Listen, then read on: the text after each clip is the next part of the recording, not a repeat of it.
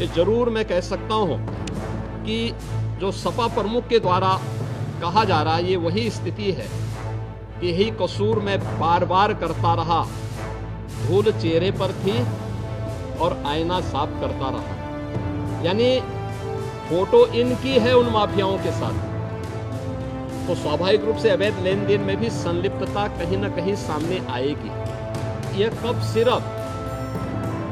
तमाम जगहों पर नशीले पदार्थों के रूप में इसके दुरुपयोग की शिकायतों के बाद इस पे कार्रवाई प्रारंभ की है।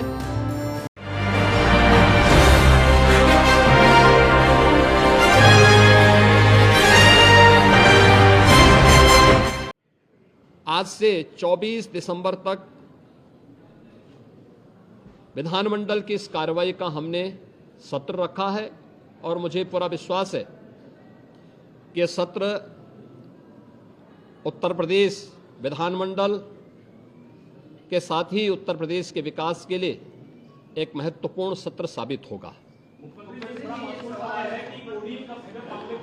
समाजवादी पार्टी लगातार सरकार पर आरोप लगा रही है, हर प्लेटफॉर्म पर आरोप लगा रही है, सरकार की तरफ से क्या कार्रवाई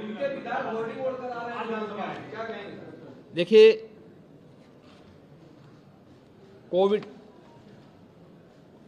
कोडीन फास्फेट यह एनडीपीएस के अंतर्गत आने वाला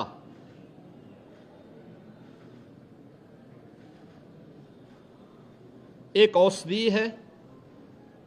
जिसका निर्माण कोडीन युक्त कफ सिरप यानी गंभीर खांसी के लिए कफ सिरप बनाने के लिए उपयोग होता है, लेकिन सेंट्रल नारकोटिक्स ब्यूरो के द्वारा इसे केवल उन्हीं औषधियों के निर्माण के लिए आमंत्रित किया जाता है। इसके लिए उसका कोटा, उसका आवंटन, ये सभी सेंट्रल नारकोटिक्स ब्यूरो के द्वारा तय होते हैं। इस मामले इसकी यह कफ सिरप तमाम जगहों पर नशीले पदार्थों के रूप में इसके दुरुपयोग की शिकायतों के बाद इस पे हम लोगों ने कार्रवाई की थी, क्योंकि अवैध रूप से इसकी तस्करी की शिकायतें आई थीं और ये उत्तर प्रदेश पुलिस ने एनडीपीएस जो उत्तर प्रदेश का एफएसडीए विभाग है इसके नेतृत्व में हम लोगों ने उसको एनडीपीएस के दायरे में लिया, क्योंकि माननीय उच्चतम न्यायालय ने भी इसको इस रूप में माना है और इस पे कार्रवाई प्रारंभ की है। यह कार्रवाई उत्तर प्रदेश सरकार के द्वारा एफएसडीए, यूपी पुलिस और एसटीएफ इनके द्वारा प्रारंभ की गई है, जिसमें अब तक हम लोग काफी बड़े पैमाने पर इसके अवैध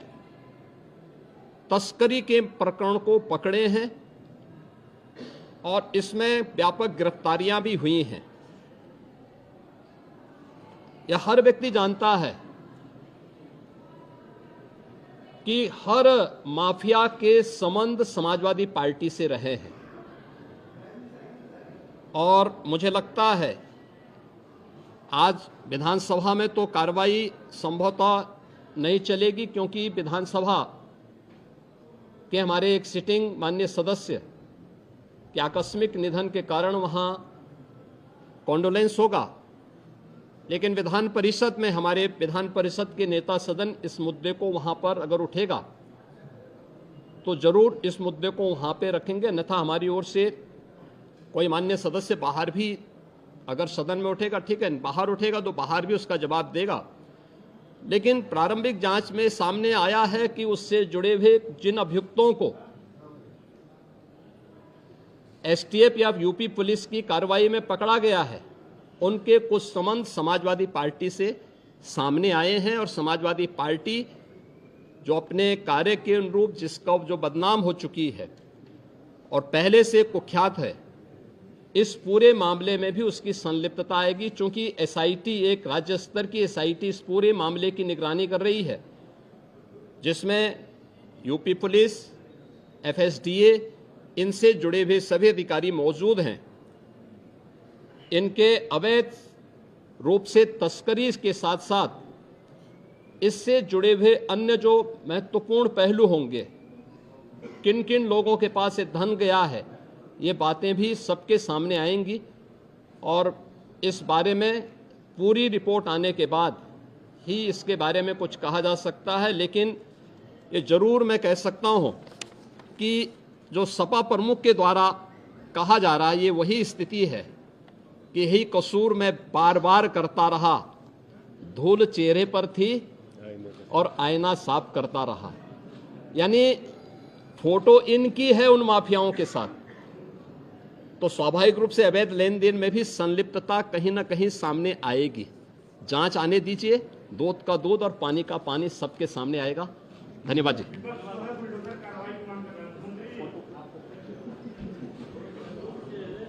खबरों को जानने के लिए हमारे चैनल नजफगढ़ मेट्रो न्यूज को सब्सक्राइब कर लें।